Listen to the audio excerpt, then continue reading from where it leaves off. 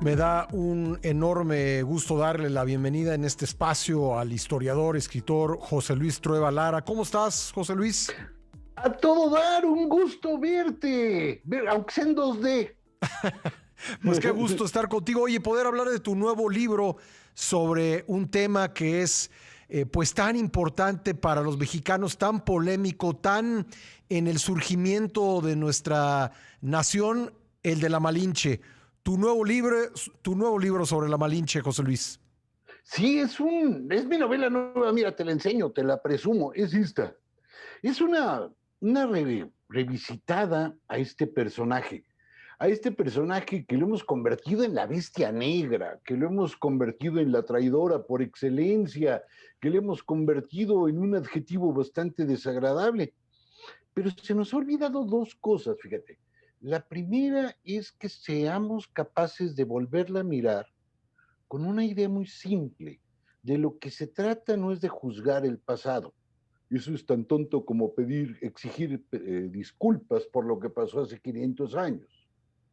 Lo que se trata es de comprender el pasado, de mirar a la Malinche con una perspectiva que hoy nos resulta muy padre, con una perspectiva de género, es decir, darnos cuenta de que la conquista fue algo más que un mundo de machos, un mundo de hombres, que ahí también hubieron mujeres y que algunas de ellas, como la Malinche, aprendieron a jugar las nuevas reglas del juego. Es decir, ellas son las que aprenden otras lenguas, ellas son las que aprenden a tratar con los españoles o con otros grupos indígenas y que de pilón viven un mestizaje, ¿no? Esa búsqueda de esa mujer es lo que me marcó brutalmente para entrarle a la novela nueva, que yo estoy contentísimo cómo quedó. Uh -huh. Oye, estamos a 500 años, prácticamente el año que entra se van a cumplir 500 años de la caída de Tenochtitlán. Y pues ha sido un momento el de los 500 años de la conquista, de todo el proceso de la conquista, ha dado lugar a revisitaciones, revaloraciones de este proceso, al que por muchísimo tiempo vimos de una manera en blanco y negro, ¿no? Uh Los -huh. buenos eran unos, los malos eran otros, no había una forma de cambiar las perspectivas sobre este hecho que dio lugar a la nación mexicana y sin embargo, con motivo de estos 500 años, pues estas revisitaciones, estas revaloraciones nos han hecho pues percibir ángulos de la historia, matices, detalles que a lo mejor en un tiempo pues van a llevar a que no veamos todo en blanco y negro, sino con sus capas de grises. Fíjate que esto que dices es crucial. Si nosotros somos capaces de revisitar al pasado y de verlo con ojos no de horca y cuchillo, sino de verlo con ansias de entenderlo, podemos lograr muchas cosas. Fíjate, la primera es comprenderlo y la segunda es reconciliarnos con él. Uh -huh. Es decir, si nosotros somos capaces de reconciliarnos con el pasado, somos capaces también de comprender el presente.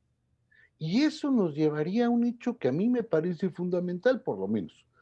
Ese hecho es sentarnos a discutir todo lo que tiene que ver con este presente para planear futuros y por otra parte, también revisitar nuestras tradiciones.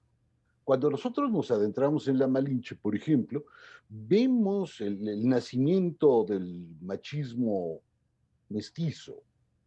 ¿Por qué no revisitamos esa tradición y la revisamos?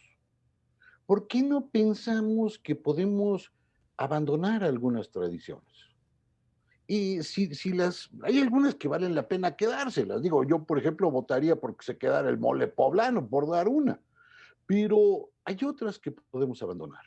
Que de Podemos hecho el mole abandonar. poblano, qué bueno que lo mencionas, pues es una fusión de estas dos culturas, ¿no? Exactamente, Sí, pero es una reconciliación que nos viene muy bien. sí. Pero hay otras cosas que podemos dejar atrás, pero no solo en la tradición cultural, sino en la tradición social, en la Uh -huh. tradición política. Y eso nos daría la oportunidad de pensar un país tantito distinto. No digo que se vaya a revolucionar en 3 días, ¿no? Los cambios creo que son más lentos, pero sí encontrar nuevos rumbos, perder el miedo a discutirlo.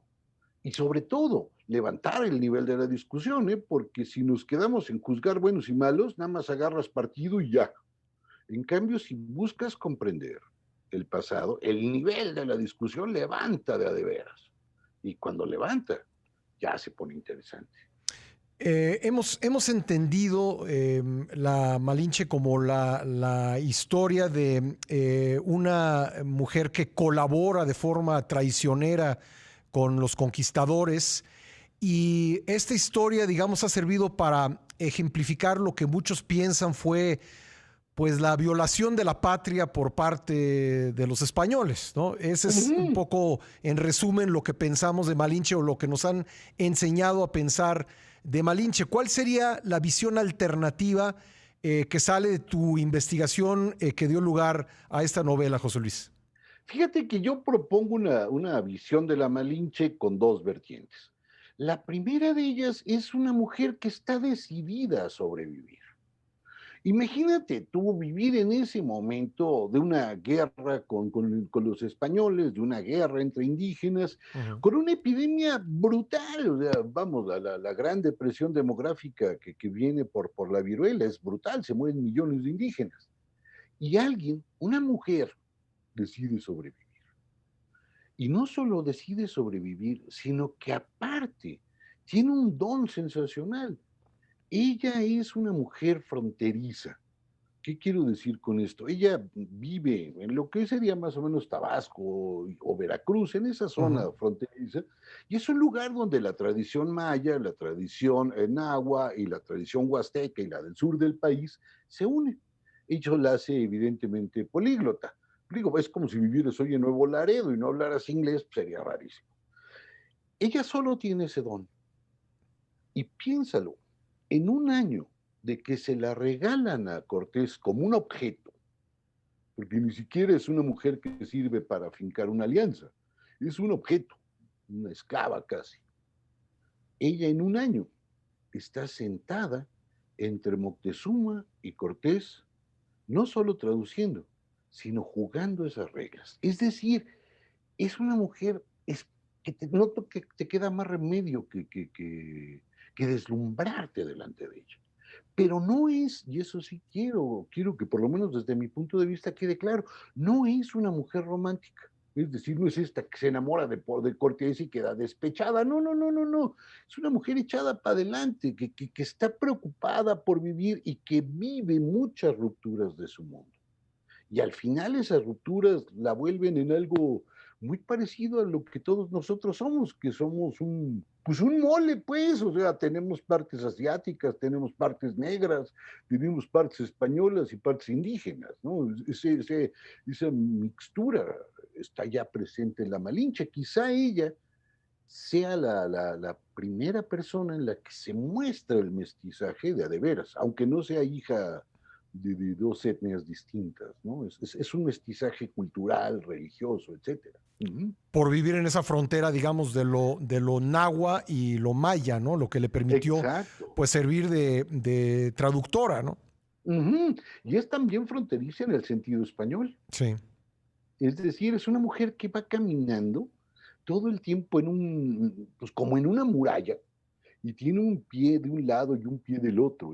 A ratos es española, a ratos es indígena, a ratos es nahua, a ratos es maya, a ratos es tlaxcalteca, a ratos está con los mexicas.